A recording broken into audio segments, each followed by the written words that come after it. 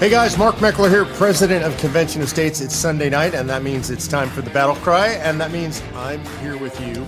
It's my favorite place to be on a Sunday night, because it also means I'm at home here in Texas, which is where I love being more than anything else. I've got the dogs with me. They're not very active. It's, Sunday night. We've had a busy weekend. Winston, you going to say anything for yourself, Doc? Yeah, you can see they're lazy. Sunday night. They've had a busy day. Busy weekend, and so they're here. I just want you to know they're here because they're always here. You guys got to see them growing up. I would try to pick Doc up on my lap because I know you guys have seen me do that before, but he's getting too big.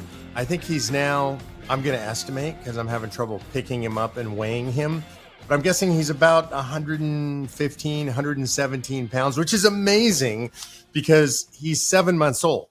And his brother, Winston there, not really brother by blood, but by adoption. His brother's 125 pounds and he's 3 years old and full grown. So I think Doc's going to be a lot bigger. A lot of you have asked that saddle back there, if it'll fit on the dog. I think it would be too big for Winston, but maybe Doc. I don't know. We'll have to see. We'll take bets on how much he's ultimately going to weigh. A lot of news to cover, so let's get into it. There's a lot of stuff. I kind of want to go into more depth than usual, but I want to start with our usual call to action. Every week I ask you guys to actually do something or not do something that I think is important for you as you pay attention and participate in politics. And this week, what I want to encourage you to do is to run for office. Yeah, I'm talking to you in particular, you right there. Run for office. And you're probably saying, wait, what? It's not an election year. What would I run for? I mean, isn't it too early to run for office? And the answer is no, it is not too early. Yes, you can run for office. Yes, I'm talking about you. And yes, for the 2026 elections, for November of 2026, you should start running right now.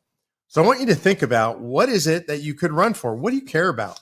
Maybe it's the local school board. Maybe it's a park district. Maybe it's the state legislature. Don't underestimate yourself. You can win a state representative seat, maybe even state senator. So I want you to consider what you would like to run for. Maybe it's a city council or a county board, or maybe it's a mayor's position in a small town. You can and you should run, and now is the time to start. Now, I realize we're a long ways away. We're 18 months or so away from the 2026 elections. So why am I saying now is the time? Well, because you can't just decide a month before the election. You have to decide what you want to run for. That might take you some research to figure out exactly what it is. And then you have to prepare for that run. And sometimes that's really involved. One, figure out your filing deadlines. Two, figure out how much people usually spend on an election, how much money you're going to have to raise. I mean, even for a local election, you might want to go door to door with flyers. You're going to pay for those flyers. Maybe a mailing, going to pay for that mailing. Maybe an ad in the local newspaper, local internet sites, maybe a billboard if you're thinking really big. You're going to have to put together a budget, figure out what it costs to run for an office like this. That cost might be really minimal for something like a school board seat. Maybe it's only a few $100, but you should try to figure that out. And then you need to start to prepare to run. And what do I mean by prepare to run? One, educate yourself on the issues. If you're running for a school board, what do the finances of the school board look like? What's the budget look like? What would you do with the budget if you ran? You got to be ready to answer those questions. You may have a pet issue, for example, on a school board, like keeping the porn out of the libraries. I know, controversial, but that's probably your position. You should know what people have argued about that. What's the school board done about it? What are the schools doing about it? What's the community sentiment around that? You have to educate yourself on all that stuff. You don't want to be ignorant and run for office because you're going to get butchered. People are going to ask you questions and you're not going to know the answers. And that's definitely not a good thing. So I want you guys to be prepared. So study the issues. And then you want to start to build your base, build your constituency. So what do I mean by that? Well, if you're active in your church, that's part of your base, right? So you want to talk to people in the church, say, hey, thinking of running for school board. What do you think of that? Would you be willing to support me? If you have people of prominence that you know, would you be willing to endorse me? So you start to collect those endorsements and that support. If you're not active in your church or at your school, your kids' schools or Lions Club or Rotary or whatever it is, well, go get active. You really need to go get active. Join one of those service organizations. That's how you're going to meet a whole bunch of people and build your base. And if you do this now, you still have time to get it done. So get out there in your community, make a difference. Then I'm going to tell you, if you're not really really, really comfortable public speaking, and even if you already are, you should still want to improve, then go join a Toastmasters club. They're everywhere. I can promise you. They're in your local community. It's not expensive to join. It's basically costs you lunch, generally speaking, once a week. It might be an evening meeting or a breakfast meeting. Go join a Toastmasters because it will transform your ability to speak publicly. And when you're going to run for office, got to be able to speak publicly. You don't have to be the best orator in the world. You don't have to be Patrick Henry in the Revolution or Winston Churchill in World War II or Ronald Reagan in the modern era. You just got to be okay and comfortable speaking publicly. Now, I know that might sound terrifying to you, but trust me, it's not. You're not going to get injured. Nobody's ever been physically injured speaking publicly. Well, I mean, you could say Donald Trump had his ear injured and almost assassinated. That's probably not going to happen to you, but it is stressful for some people. And I can tell you just the more you do it, the better you'll get at it. And so start to practice, go to a Toastmasters, practice your political speaking, and then go out and start putting yourself out there to speak at local events. All of this stuff that I just described to you takes time. And that's why I'm telling you right now is the time to prepare for November of 26 and make sure you're ready to run. And I'm counting on you. We need a lot of you to run. If we're going to save the country, it's not enough for us to scream and yell, watch podcasts, watch the Sunday Night BattleCry, sign a petition, even give money. Somebody good has to run for office. And when I say somebody good, I'm talking to you because I have faith in you as the next city council member, school board member, member of your state legislature. You're watching this, so I know you're paying attention. I know you care about your country. I know you share my values. So get out there and run for office. And let me know if you are. And, we'll see what I can do to help you. Maybe I can help you. Maybe I can't, but I would like to. All right, let's go into the news. I want to talk sort of broadly first. I want to talk about left versus right in America right now and who has the upper hand. And I would say for the first time in a very long time, the right hand has the upper hand. The right has the hand. And I think they have the upper hand by a large advantage right now. And why is that? Is it because the right is doing so much great stuff? I don't think that's generally it. Although I got to say, Trump is leading the way, doing lots of great stuff with Doge on trade and all this stuff. The economy's coming back. People were freaking out, but it looks like the stock market's up. Trade deals are coming in. So that stuff's good. But the real reason is because the left is insane. Like they've gone completely nuts. Their prime issues are things like we should be able to trans the kids, cut off the genitals of small children, put them on castration drugs, show them pornography in school libraries, have cross-dressers, drag queens telling stories to little kids. All that kind of stuff is making them very unpopular. Men in women's sports is making them very unpopular. Their positions on the Middle East are making them very unpopular. Their support for Hamas terrorists making them very unpopular. They're even attacking Fetterman, Senator John Fetterman now, who is a leftist, by the way, who is of the left, because they don't like his position on Israel. So it's not working for the left. They are literally at historic lows in popularity. And that means on the right, there's a lot of room to run. And the right has to be careful about this, and they can't go crazy. When I say the right, I'm part of the right. We have to be measured and careful about this. We have to run good candidates and good campaigns if we want to win for our values. But there's a lot of room there right now, thanks to the crazy left. So if we're just rational, if we're not crazy, if we're running on common sense, which is mostly what the right does, then I think there's a lot of room for electoral victory on the right. That's why I'm encouraging you to run. It's a good cycle. This is going to be a good time to run if you're running from the right. So I'm counting on you. Run from the right, go out there and win, and tell us about it.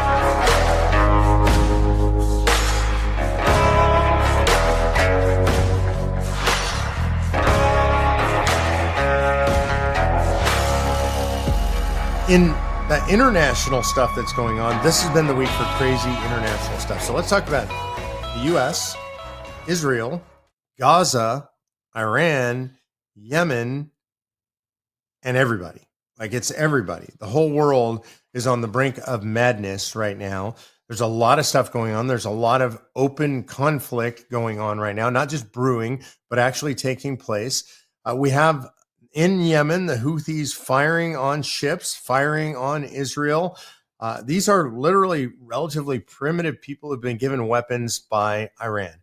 So, important thing to understand about the Houthis and Yemen is they are simply a cutout or a proxy for the Iranian mullahs.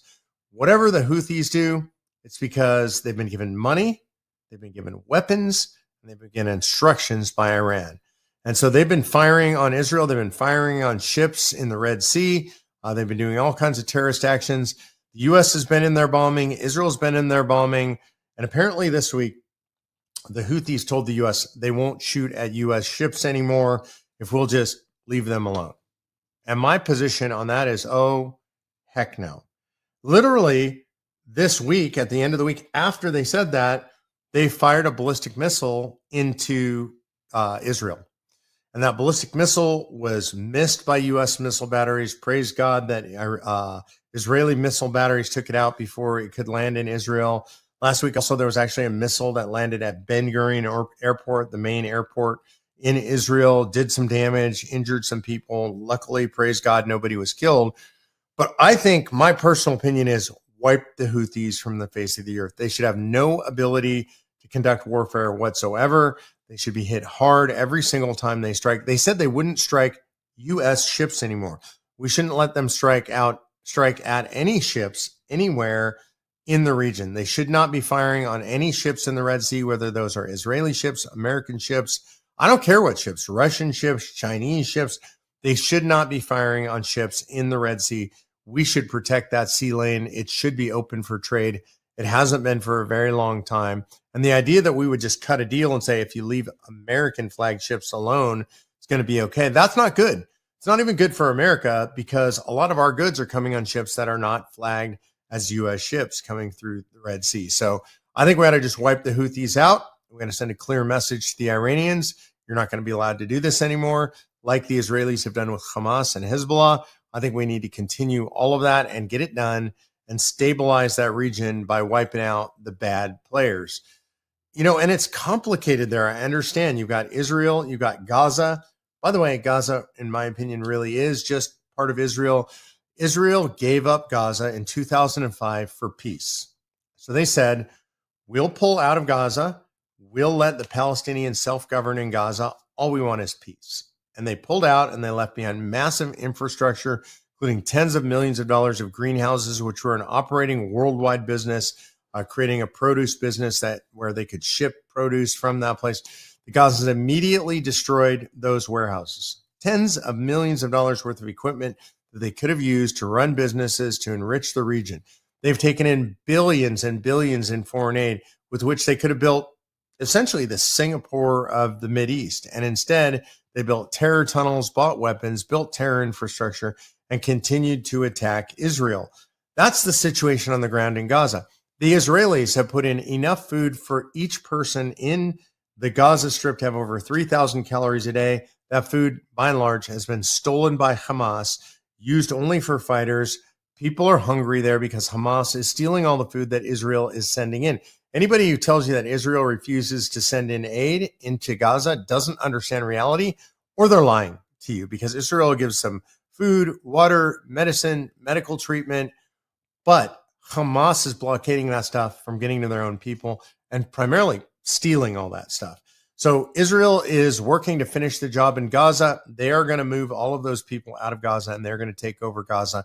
I don't know what the permanent governance structure will be there. It sounds like the U.S. may have a role to play. Saudi Arabia may have a role to play. But Gaza is going to have to be emptied of terrorists because no country can long live with terrorists on their border making cross-border strikes. So that's the deal with Gaza. Iran is behind what's going on in Gaza as far as Hamas. They've been behind what's going on Israel's northern border up in Lebanon. As far as Hezbollah's military capacity has been largely damaged, not completely decimated. I didn't mention this, but they've got problems in Syria as well. Syria has now been taken over by radical Islamists. Those Islamists are trying to wipe out the Druze people. The Druze are actually supported by the Israelis, protected by the Israelis, but the radical Islamists are trying to wipe them out. So Israel is trying to sort of put a safety wall between the Druze and the new radical Islamist leaders in Syria. It's a mess. It's all a mess over there. The only thing that's going to straighten out that mess is serious firepower. In the Middle East, it's a language of strength that's understood. Withdrawal is weakness, and wherever you withdraw and wherever there's weakness, the Islamists will continue to attack. So I think there's going to have to be continuing serious firepower over there that gets used. The last thing on the table there in the Middle East is the idea of Iranian nuclear power. The Iranians say they want a civilian nuclear power program. Now let's talk about what that means. They want that to produce power. This is, if not the most oil-rich country in the Middle East, one of the most oil-rich countries in the Middle East. There is no reason for them to have nuclear power other than to get nuclear fuel, to use that nuclear fuel to enrich that fuel so they can build nuclear weapons. They've said that they want nuclear weapons. They admit they have a nuclear weapons program. We and the Israelis and the Western world have to stop this. A nuclear-armed Iran are literally crazy people with nuclear weapons. They've said they'll use them to wipe Israel from the face of the earth. They've threatened the United States of America. It's not about us being nice to them. Remember, under the JCPOA, that nuclear deal cut by Obama, we gave them everything they wanted, including, I think, $150 billion in cash, and they continued to pursue their nuclear program. So they have to be stopped. I believe that's going to take military force. I believe that's going to be the Israelis, and probably with some assistance by the U.S. It's the only way. Looks like Trump's trying to cut a nuclear deal with the Iranians. I don't believe that can happen. We'll see. I don't trust the Iranians to keep any deal. They never have. They never will. They're going to try and get a nuclear weapon no matter what. So we got to stop them. I think the only way to stop them is military force. Important to remember, the Iranian air defenses have been wiped out. All the Iranian proxies have been pushed back. If we're going to strike Iran, if we're going to stop their nuclear program, right now is the time. So that's a very complicated, short summary of what's going on, in my opinion, in the Middle East. And one last thing, that's just my opinion. That's my view. I don't claim any particular expertise. I don't claim to know exactly what's going on. I don't know anything behind the scenes. That's one guy's opinion from understanding the history and reading the news and trying to be factual about it. That's where I fall. Again, I'm not saying I'm right. Other people could be right. That's just my opinion.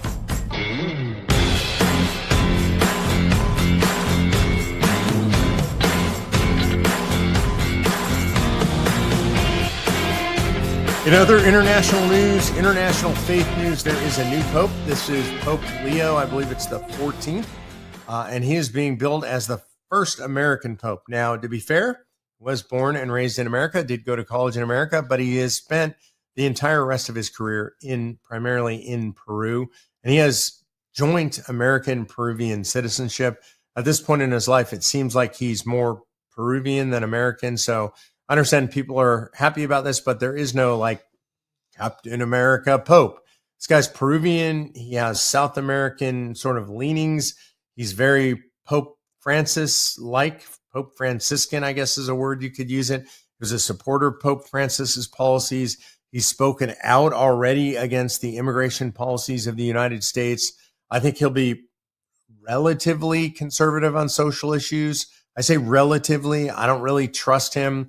Francis was relatively conservative on marriage, relatively conservative on gay issues and lesbian issues. We're going to see about this Pope. I'm not holding out a lot of hope, though.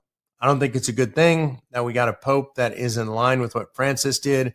I think the church really needed to make a turn. Now, that's being said by a guy who's not Catholic. None of my business, not my right, but it does have an effect on the world. So I'm going to express what I believe about that. I will wait with, how would I say this? Hopeful skepticism. I don't expect good things out of this Pope. He's 69 years old, so he's probably going to be Pope for a while, barring any kind of unforeseen radical health circumstances, God forbid. He's probably going to be Pope for 20 years, 18 years. So this is going to be an important papacy. I wish we had seen a real, serious return the church to conservative principles kind of Pope. It would have been great to have a Pope like that to work with Donald Trump, but we're not going to have that. And contrary to the AI picture out there, we're not going to have Pope Donald Trump either.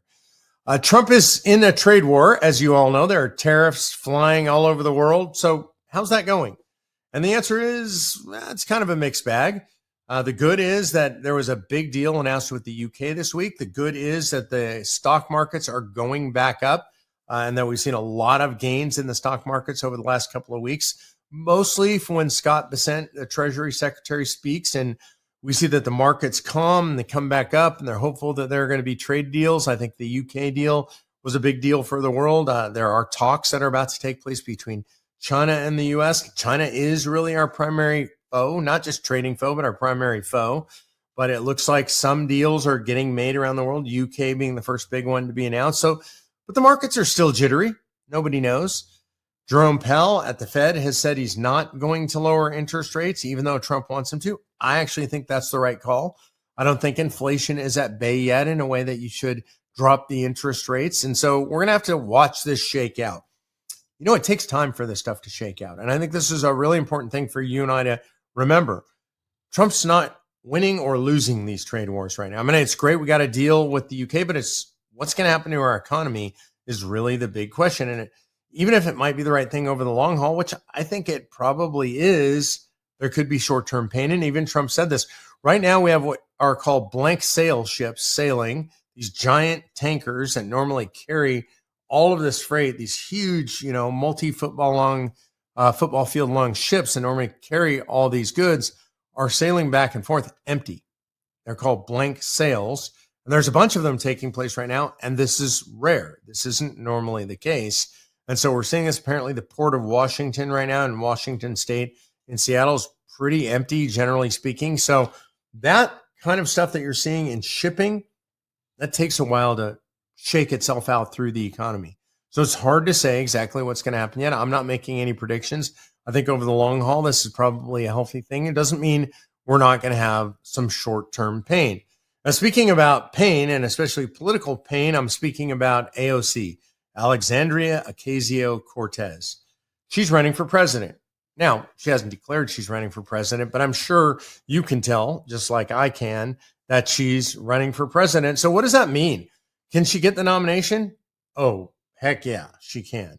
Don't underestimate her. A lot of people will vote for her just because she's young. So a lot of young people are like, oh, isn't it cool to have a, whatever she is, 36-year-old woman running for president? How cool is that? She appeals to the far left of the base. They're going to vote for her. She's young. She appeals to them. She's very good at social media. She's playing this game well. So I think she could be the nominee. Can she get elected? It's dangerous, in my opinion. I think she could potentially get elected. I think she would be formidable. I think she is charismatic. I think she's talented on screen. I still am hopeful that the Republican candidate could beat her because she's not a quote unquote serious candidate. I don't think she's very smart. I think she's a way, way better candidate than Kamala Harris. So Republicans better have game on. They better be ready to go. They better be ready to face off against her. What would she do if she got elected? What would AOC do if she got elected? Well, she gets elected with the Senate and the Congress. What she said she would do, what they've said they would do, the left is they would get rid of the filibuster. They would pack the Supreme Court and they would make DC and Puerto Rico states. They will also change the election laws to make unlimited same-day registration, unlimited drop boxes, unlimited mail-in, all of that stuff. They will permanently distort our electoral system so that perhaps people who represent you could never be elected again. So I think AOC is a very dangerous candidate. I think we underestimate her at our own risk. And I think you ought to pay attention to what she's doing. This is one of the reasons I'm telling you to run and run now. We need you to run.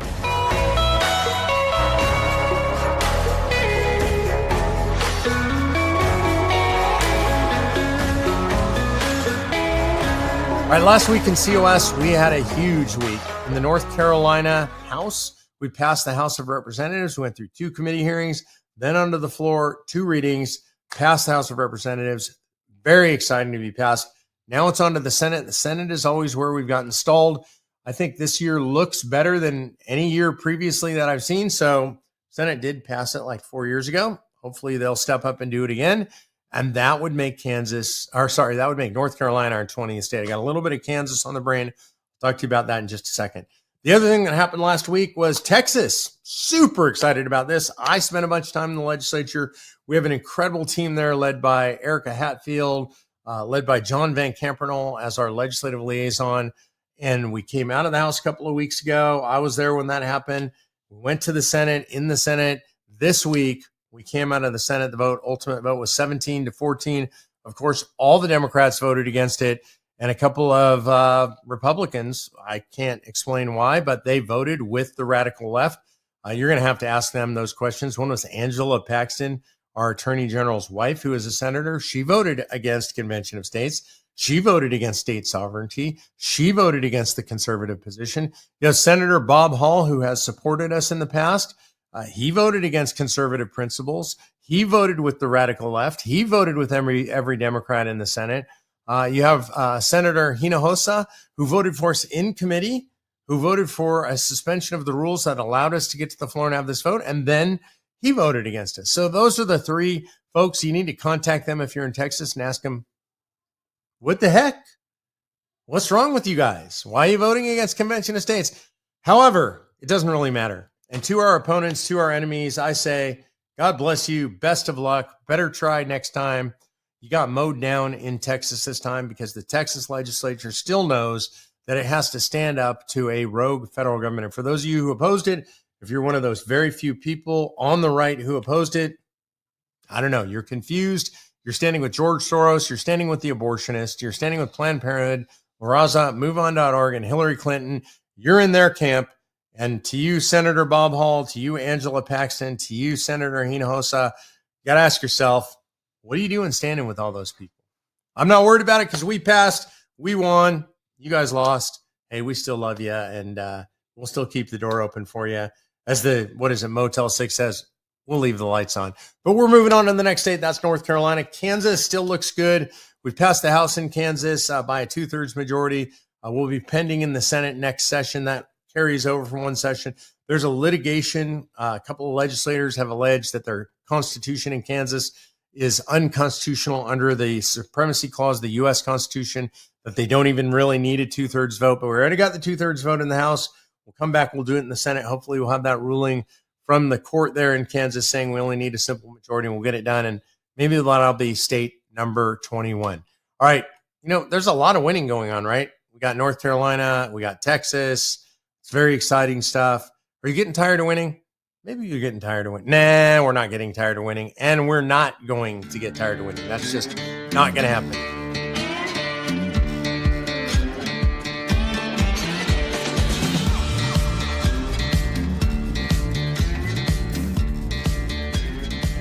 All right, before we go to Q&A, a couple things I want to promote. Make sure you hit the like button, the subscribe button, ring that notification bell. Why? Because we want more people to know about what we're doing. And the most effective way for us to do that is for you to do those things. Hit the like button, hit the subscribe button, hit the notification bell, and tell your friends all about what we're doing. We're still trying to get Elon Musk's attention. You can make that happen. Go to www.conventionofstates.com/Musk and sign that open letter to Musk. Also, go sign the open letter to Trump, conventionofstates.com/Trump, because we're trying to get Donald Trump's attention. I spent some time this week in Washington, D.C. I was at Department of Ed. I was in the White House. There's interest. Now we need to get Donald Trump on board. And I think if he says he's behind what we're doing, and I hope and I pray that he will, up to him, up to the administration. But if they do, I think that pushes us over the edge.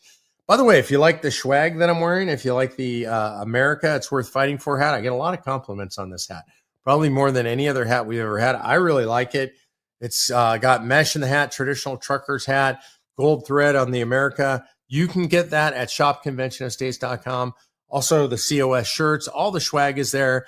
The mugs, the bumper stickers, the window stickers, the door magnets, all of it. You should buy all of it. Mother's Day was today. Hopefully you got some for mom. Father's Day is coming up. We're going to have a great Father's Day package. Go to shopconventionofstates.com and get all the swag. All right, now on to Ask Mark Anything. If you want to put in a question, conventionofstates.com/Ask Mark. I do mean anything. Katie Freeman says, what cell phone provider did you recommend that promotes our values or at least doesn't fund the bad? That's Patriot Mobile. I love Patriot Mobile. I'm working on actually switching I got a lot of devices and phones and stuff. I'm working on switching all of mine over to them now. Patriot Mobile. That's where you want to go.